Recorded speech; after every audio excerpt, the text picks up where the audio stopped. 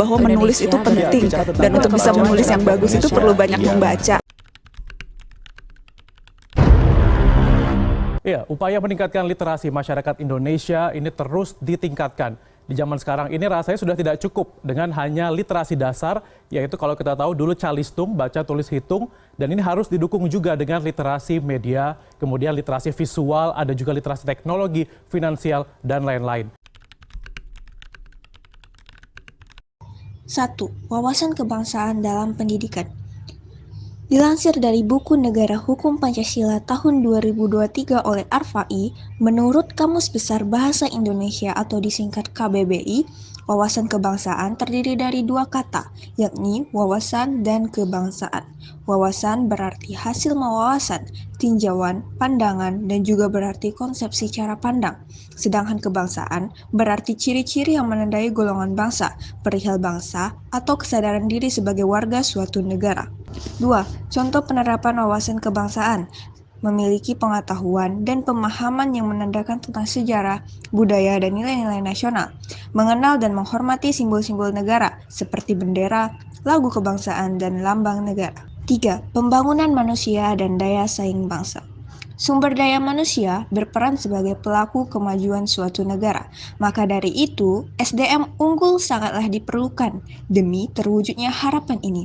Untuk mencapai SDM yang unggul, khususnya generasi sekarang, harus memiliki pengetahuan yang luas, baik dari segi soft skill maupun hard skill. Salah satu jalan yang dapat ditempuh ialah dengan rajin membaca.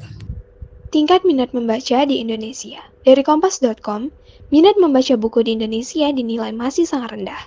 Data Organisasi Pendidikan, Keilmuan, dan Kebudayaan Perserikatan Bangsa-Bangsa atau UNESCO dan Kementerian Komunikasi dan Informatika Republik Indonesia atau Kemenkominfo mendapati indeks minat baca masyarakat Indonesia hanya di angka 0,001%.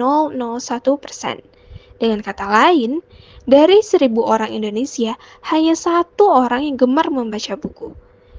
Penyebab menurunnya minat baca. Rendahnya minat baca di Indonesia memiliki beberapa penyebab kompleks. Di antaranya, 1. Kurangnya akses. Banyak masyarakat, terutama di daerah pedesaan, masih kesulitan untuk mengakses buku atau perpustakaan. Faktor ekonomi juga memainkan peran penting, karena buku seringkali dianggap sebagai barang mewah. 2. Kurangnya kesadaran akan pentingnya membaca menjadi faktor internal penyebab rendahnya minat membaca. Kurangnya kebiasaan membaca diketahui dari beberapa hal, yaitu siswa tidak meluangkan waktu untuk membaca. Siswa hanya membaca atas perintah guru, jarang mengunjungi perpustakaan untuk membaca buku, dan siswa belum memiliki inisiatif untuk mencari bahan bacaan yang dibutuhkan. Kurangnya waktu luang. Kehidupan modern yang sibuk seringkali membuat orang kesulitan menemukan waktu luang untuk membaca. Kurangnya dukungan keluarga dan lingkungan. Faktor eksternal penyebab rendahnya minat membaca siswa juga bisa dari lingkungan keluarga yang kurang mendukung. Hal ini diketahui dari budaya membaca di lingkungan keluarga yang masih rendah dan orang tua yang jarang membelikan buku, serta mengajak anak ke toko buku. Saran, untuk meningkatkan minat baca, perlu dilakukan upaya kolaboratif dari pemerintah, lembaga pendidikan, masyarakat, dan penerbit untuk meningkatkan akses, memperbaiki kualitas bahan bacaan, dan meningkatkan kesadaran akan pentingnya membaca. Dampak negatif rendahnya literasi membaca. Kurangnya literasi membaca dapat memiliki dampak negatif yang signifikan bagi suatu negara. Berikut adalah beberapa dampak yang mungkin terjadi jika tingkat literasi membaca rendah. Contohnya seperti pendidikan yang buruk. Rendahnya literasi membaca dapat menyebabkan pendidikan yang buruk.